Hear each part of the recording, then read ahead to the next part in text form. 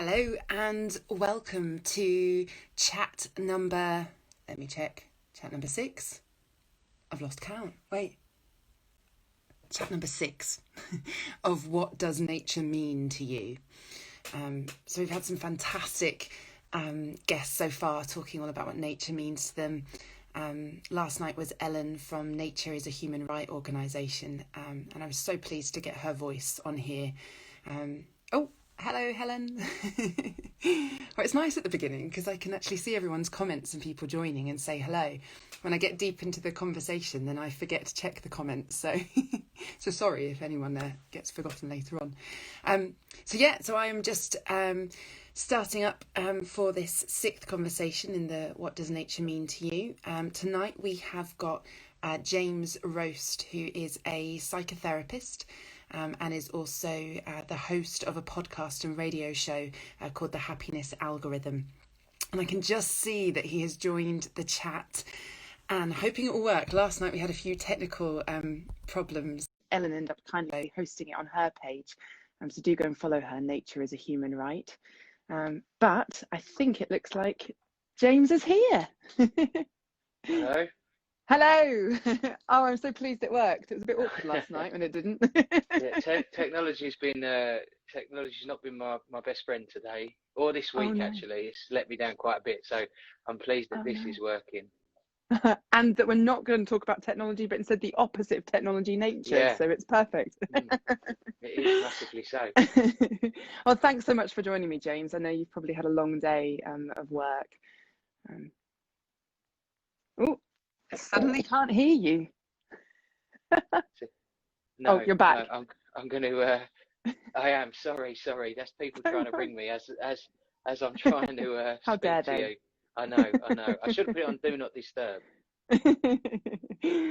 James, I gave a sort of a brief introduction, but I wonder if you could tell people a bit more about yourself and what you do. Yeah, of course. So I'm a clinical psychotherapist. I've worked in mental health for just shy of 15 years now. I initially started on an inpatient unit at a psychiatric hospital, a tier 4 psychiatric hospital that was a secure unit, and managed an outpatient clinic as well. And then over the last probably 8 years or so, it's been very much sort of outpatient based. But I do a lot of work with, I have a split caseload, first of all. I see adults, but I specialise in children and adolescents as well.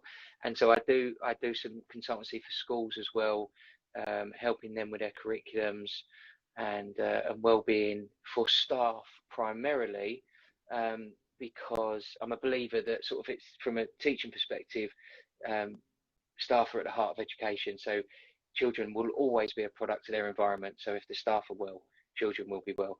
But as I say, I'm the sort of bread and butter, as it were, is very much still at the hospital and still working with patients on an outpatient basis. Okay. Oh, I guess I imagine that's always quite busy and quite pushed, but perhaps particularly now, I imagine even more so. Yeah. It's been a strange year for all of us, really. And I think that when we first went into lockdown, that there was this expectation that mental health would be really compromised. But I think that what we had to take, what I was explaining to people at the time, is what we have to take into account, but that primarily our physical needs will always take precedence over our emotional and our psychological needs. So for many, it was a case of sort of retreating to our caves, taking stock, and preserving self. I think this time, this second lockdown has been particularly difficult from a mental health perspective. And I think for a multitude of reasons, but one of them being this sort of ambiguity of information, lots of information coming in from different sources, lockdowns vary in difference, and, huge splits and ruptures within social groups and families, and what we're doing right and what we're doing wrong.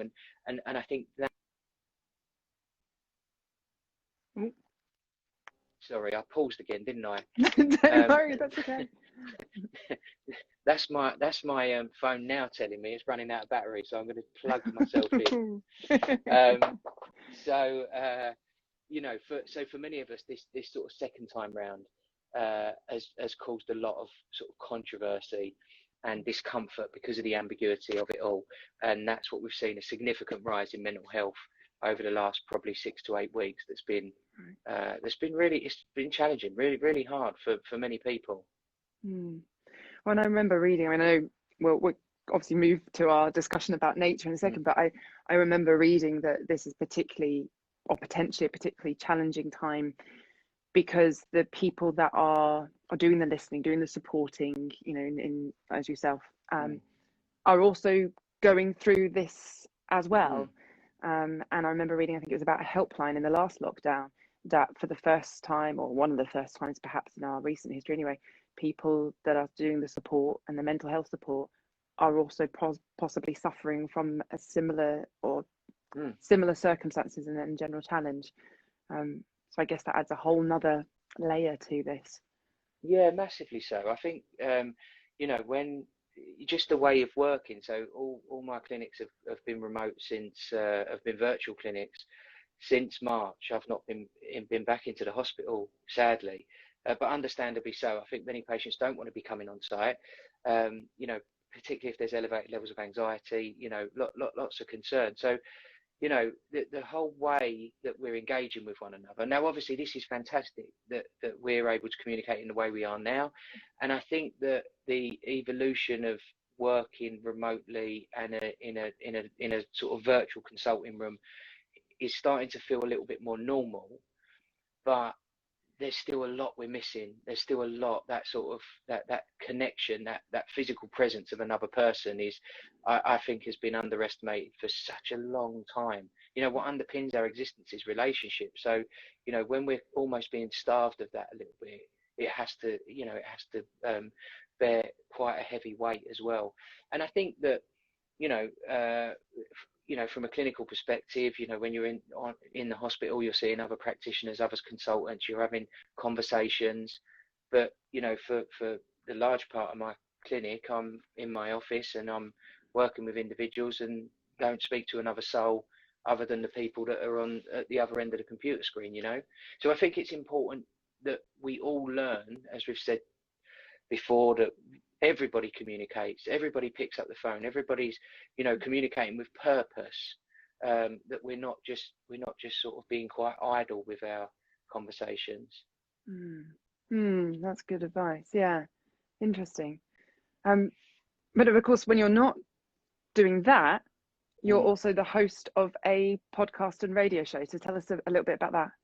I am, yes, I am indeed, that you kindly came on as a guest. So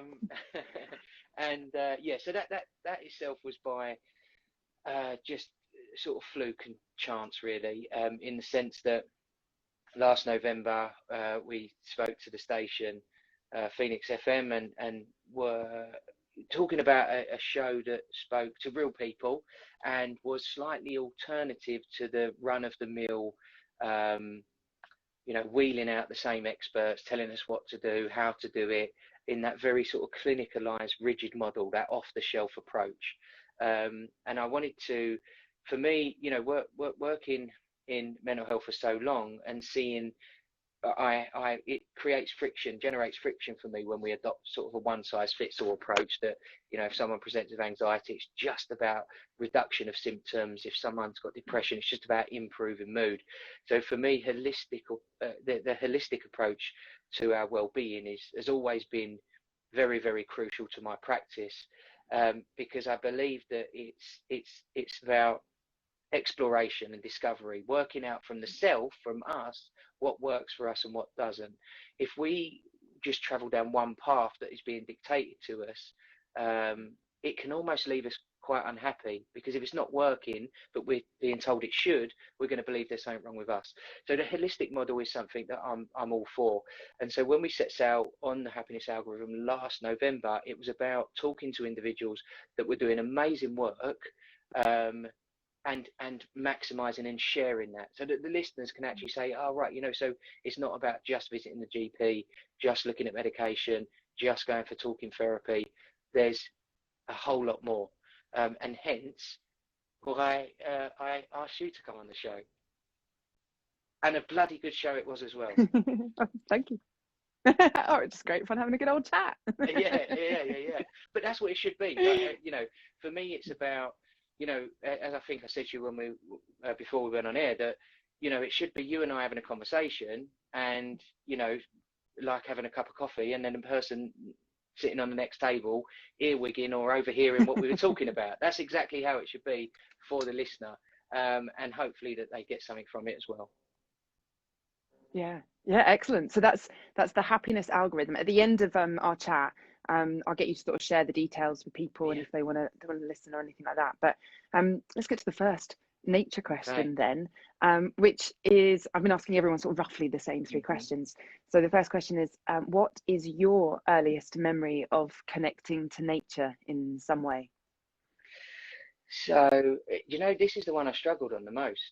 This is the one that I kind of thought, wow, you know, I was, you know, I grew up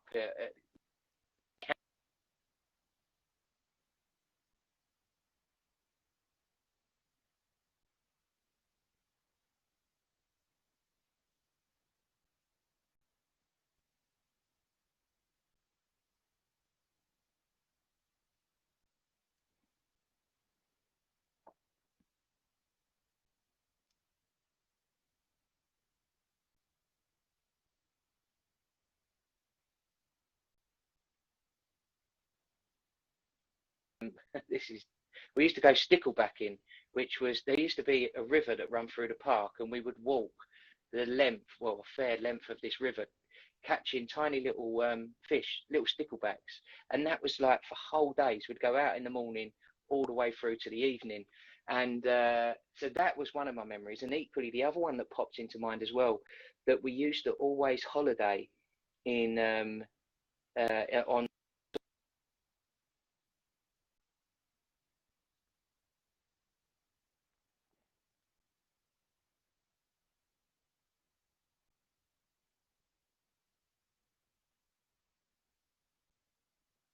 Ah, yes.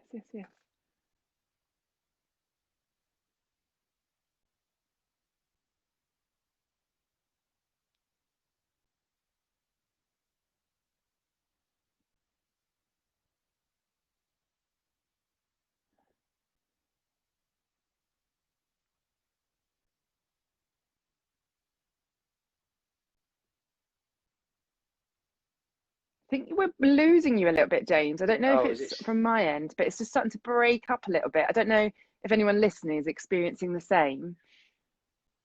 I don't know if there's a way that you can be nearer whatever your signal is that you're using. Let me see if I can push some buttons here. I tell you what I'm going to do as well. I've probably got Yeah. 10 ton of messages.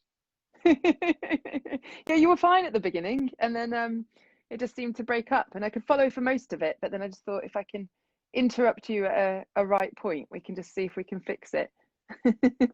Yeah, how are we there? Is that any better? That's definitely better. Yes. Brilliant. I'll wave at you if it goes funny again. Yeah.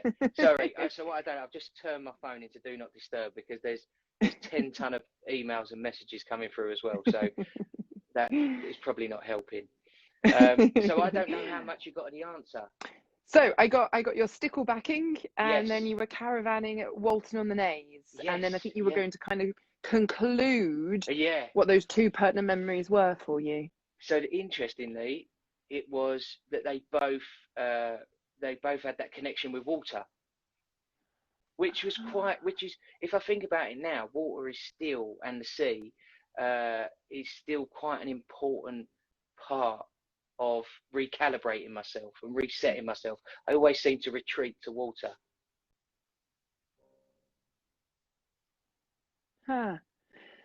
Which reminds me of an Instagram post you did not so long ago about doing just that one day, when I think you'd had a challenging time and taking yourself off to the coast. And I certainly did.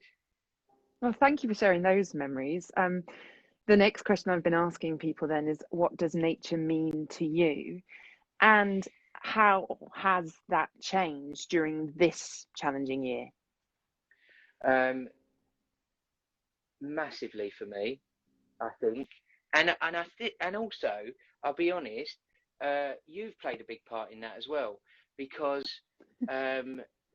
our conversation sort of opened up a sort of different perspective to me to understand. It almost added an element of clarity to it as well, that there were felt senses that I would experience, you know, if went for a walk in the forest, or, you know, was in nature, and I had an appreciation for it, but I don't think I had as deep a connection with it until I increased my understanding off the back of our conversation. And, you know, not just our conversation, but in the run up to the show as well, and talking to you and our conversations off air. And, you know, I think that's the bit that sort of has almost enabled me to increase or maximize what I can get from nature.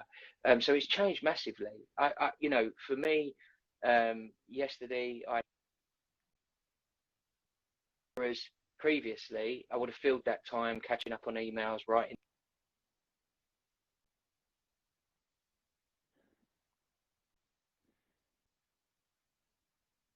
Now going out, you remember you saying, we said on the show about, or you'd said, you know, looking for the nature, on like a nature discovery hunt. Because so all of the cracks in, you know, the things that are growing out of the cracks and the brickwork and stuff. And so I'm almost compelled to go out.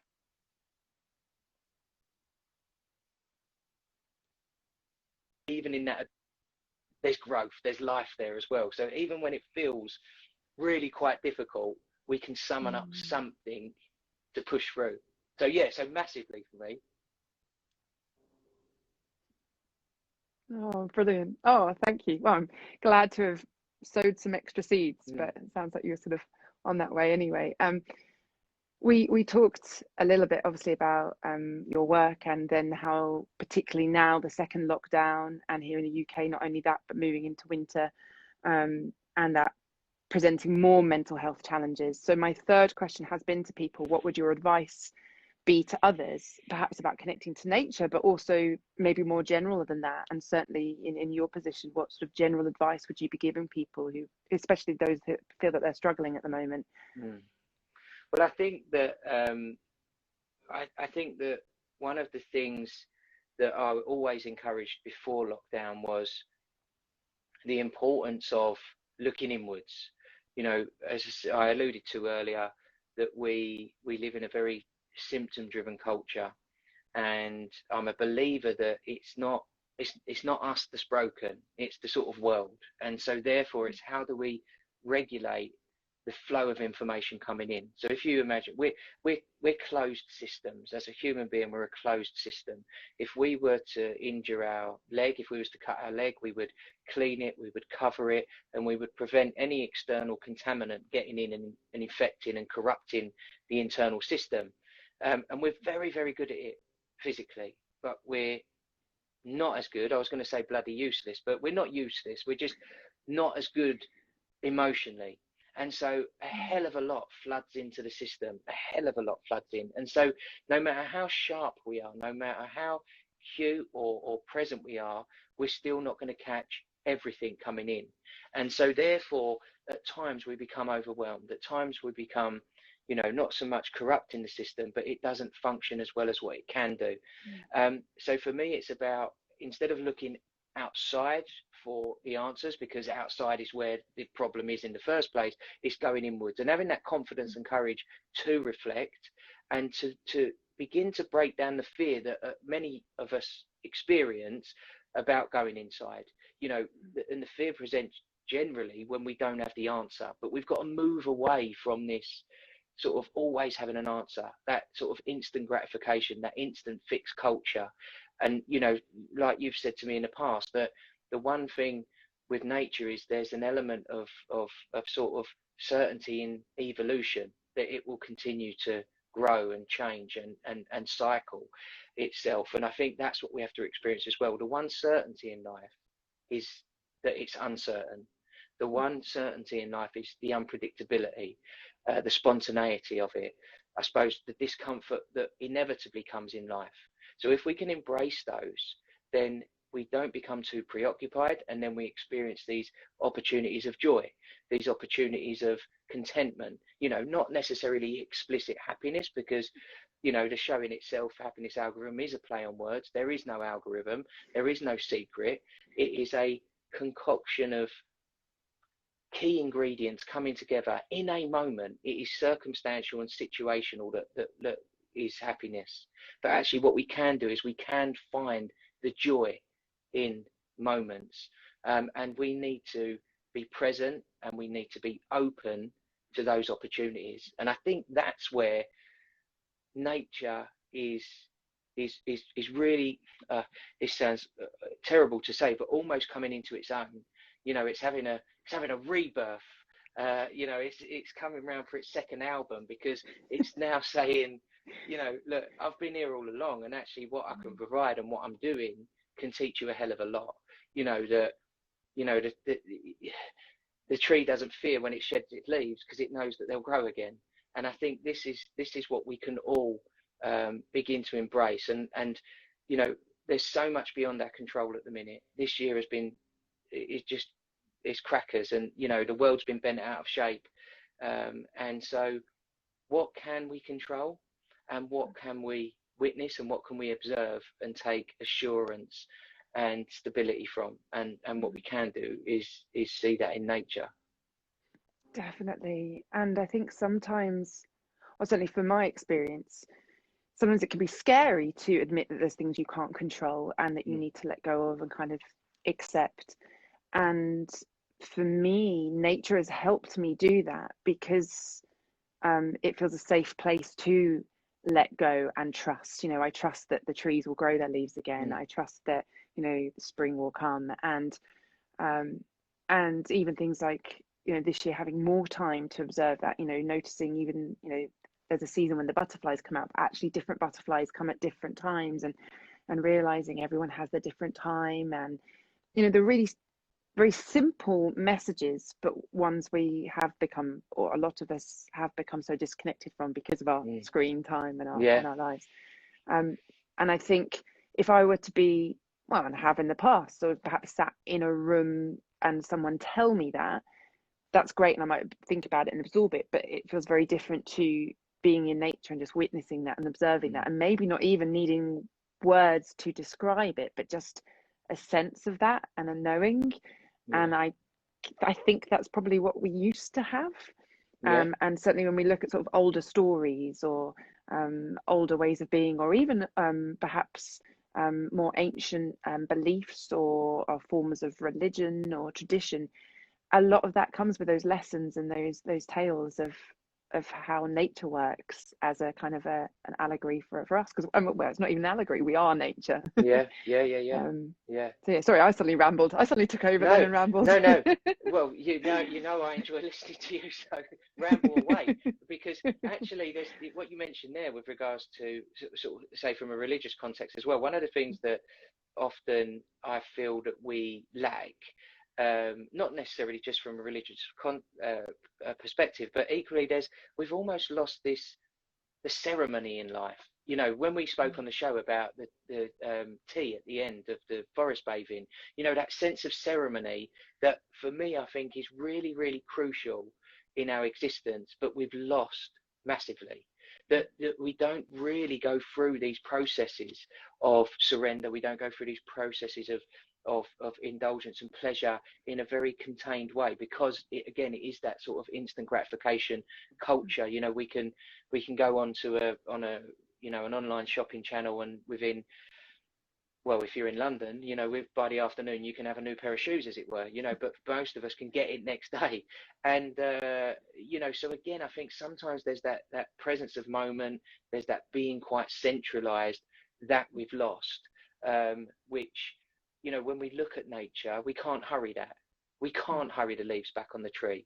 We can't sort of wish, well, I mean, we can wish for the summer to come or the winter to come as well, but there's something about the texture, the smell, the feel of it and the taste of it that is quite magical. And that's the thing that I've noticed as well since our conversations has been, when I've gone out, instead of taking a picture as such, whereas I'd go, wow, that's amazing, and I'd take a picture of it, and then I'd take a picture of this and take a picture of that and take a picture of this and take a picture of that. I might take one picture, and the rest I'm just visually soaking up.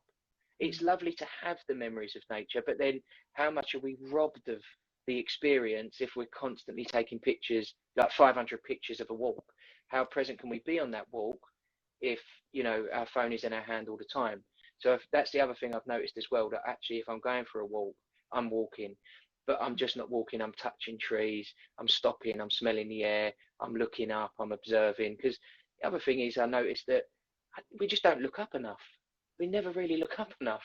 We're always either looking at a phone or on the ground. And, Yeah. you know, it's, you know, loads. Big change this year. Oh, thank you, thank you. I could chat for ages, but I've been Well, you know trying to I keep can. these. I know. No, it's great, it's brilliant. Yeah. I've been trying to keep these sort of these chats to about 25-30 minutes. I'm not sure where we are, but I feel we're probably around there.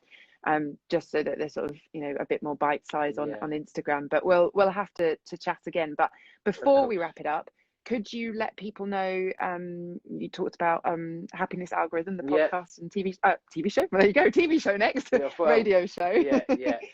Can you let people know a bit more about how they can find you and how they can listen? Yeah, so we're on all sort of good podcast platforms, so Spotify and iTunes and Google Podcasts and all of them, 7 or 8 different platforms. I should know these, but I apologise, I don't. But if you go onto any podcast platform and search The Happiness Algorithm or James Roast, I'm sure it will pop up. Or you can go onto the Phoenix FM website, or just go on to Roast Clinical Services, and you'll be able to weave your way through there and find previous shows and your one, which was series 3, episode 4, I think. People can correct me. I think it was series 3, episode 4. Yeah. Which I would encourage everybody to go and listen to. Oh, thank you, James. Well, I will. My pleasure. So yeah, I'll post all this on my feed and put all your links in there, so anyone that's watching this back later will be able to link to James's page as well. But thank you, and go and have a restful evening after your hard day's work. Thank you. I most certainly will. All right. Bye. Thank you. See you. Bye. I'm just going to hang around here just for a few more minutes, because I thought what I will do is I will just have a quick scroll and see if there was any comments I missed, because I've been very bad at doing that through the chats. So just saying, oh, hi Lulu, hello, hello everyone else. I think there was another comment. Oh yeah, Mark, such a lovely idea of being open to being happy. Yeah, I love that too.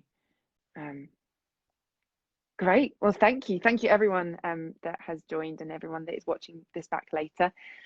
So tomorrow is Friday, and I have Charlotte joining me, who is a wellbeing practitioner, artist, many things.